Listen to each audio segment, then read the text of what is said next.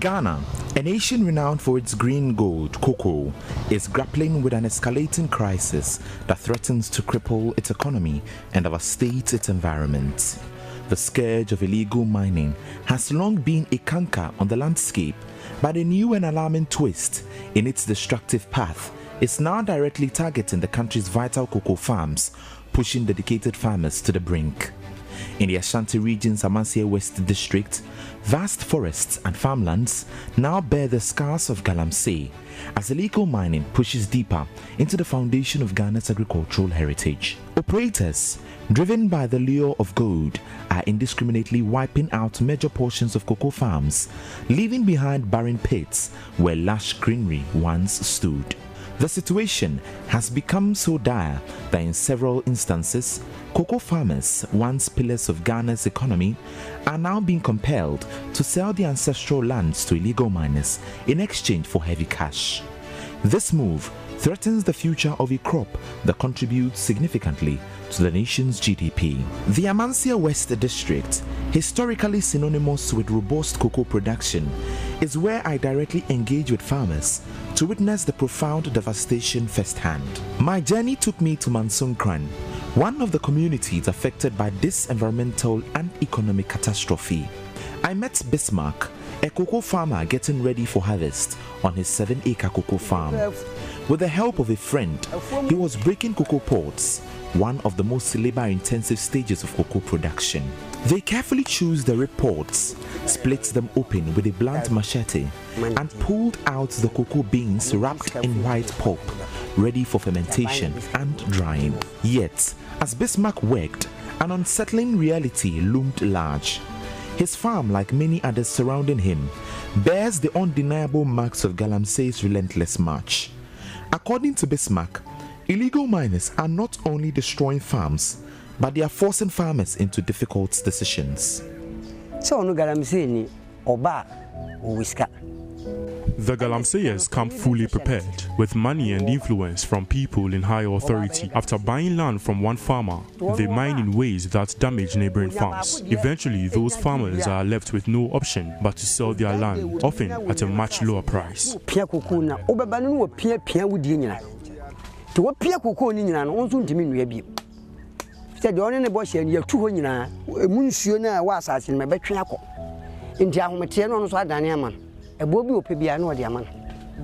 Surrounding Bismarck's farm are clear signs of intrusion. Drone shots reveal gaping pits, heaps of excavated soil, and pools of polluted water in areas that were once flourishing cocoa farms.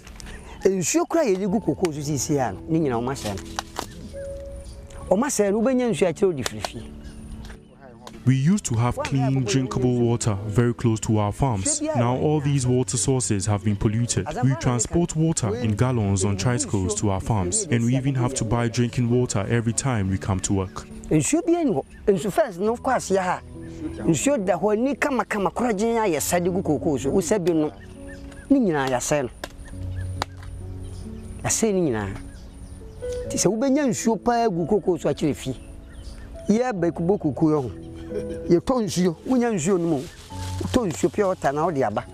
Parts of Bismarck's cocoa farm have already been cut off, contributing to a noticeable decline in its cocoa production. 2 years ago, this was a cocoa farm, or part of many cocoa farms you see here. But what you see as a bare land today is as a result of the illegal mining activities that is ravaging the numerous cocoa farms in the Mansunkran community. And when I talk of illegal mining activity, it is just what you see behind me. They have eaten into this place, which used to be a cocoa farm, and they continue to invade major portions of the farms left. Behind me is a 7-acre cocoa farm. The farmers are fearing that potentially they could lose their lands to illegal miners. Just a few kilometers away, Amos Wembele, working on his 12-acre cocoa farm, speaks about the bleak future of cocoa production in the region. Much of his farm have been destroyed, leaving only a small portion intact. Behind and within his remaining cocoa trees, illegal mining activities continue unabated. The future of the cocoa production in this illegal mining area, it is reducing because the money that they intend to give out to the farmers, it looks somehow, according to some, it's okay for them. So even as here, the whole community was full of cocoa farms. But as I talk to you, it has reduced drastically. So because many are giving out, that when will you cultivate cocoa and then harvest cocoa, then get 1 billion. So many have decided to give out their lands. The lure of quick cash is proving irresistible for many farmers who already struggle with low returns from cocoa. The impact extends beyond cocoa. Other forms of vegetation farming have also been affected, accelerating the collapse of the farming community. Opinion Kofi Eje, a cocoa farmer of 20 years, was drying cocoa beans after harvest. He tells me that in communities like Tontokrom and Datano, many farmers have already handed over their lands to illegal miners. In some cases, farms were destroyed without consent.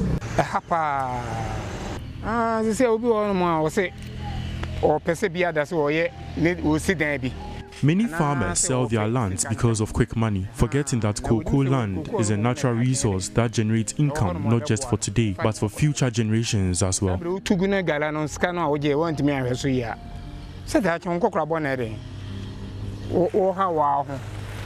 Not all farmers, however, are willing to surrender. Opinion Kofi Eje insists he will not give out his land despite repeated offers.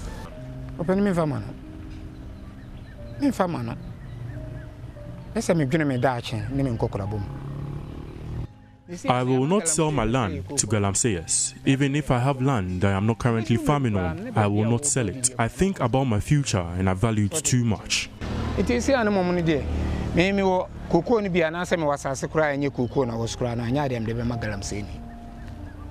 municipal agricultural officer for Galamsey West, Millicent Aka, describes the situation as deeply worrying.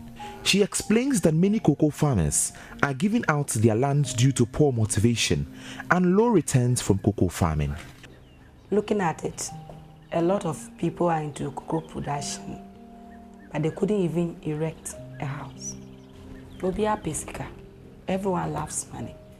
And when money is involved, if care is not taken, you compromise. But after giving out their lands to Galamseyers, they've been able to do that.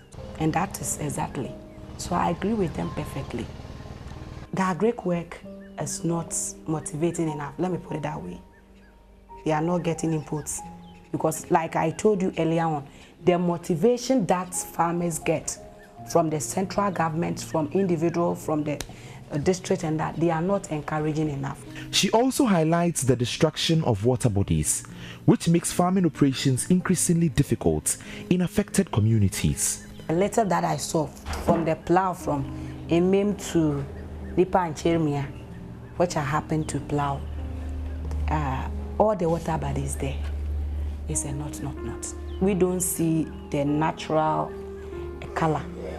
Water should be colorless, but this one, you see it to be cream or brown, that type. So that is one level of distraction. Then you come to, there is that land degradation, or deforestation, because almost all the trees and that has been uprooted by the excavators and stuff. They've left some potholes, they don't cover the land, and that will gradually affect us in the near future. Despite nationwide concerns, illegal mining remains active across the district. Excavators continue to operate in plain sight. According to the farmers, the government must intervene immediately, warning that failure to act could trigger a national cocoa crisis.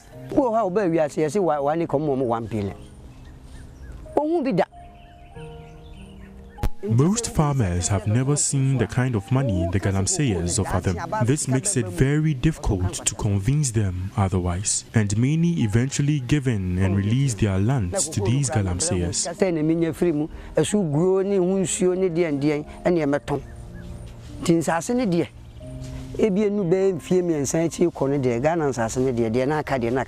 Wow, but that's who see assassin. I may not be willing to sell my land now, but if these Galamseyers persist, I may be left with very few options to decide otherwise.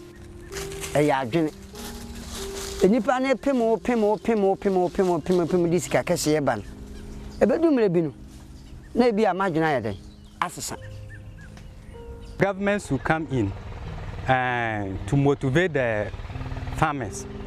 And those who have the mind that they will give out their farms for the illegal mining. If the government put out something to boost, to help to keep the farmers inactive, I think they will stop what they have intended to do.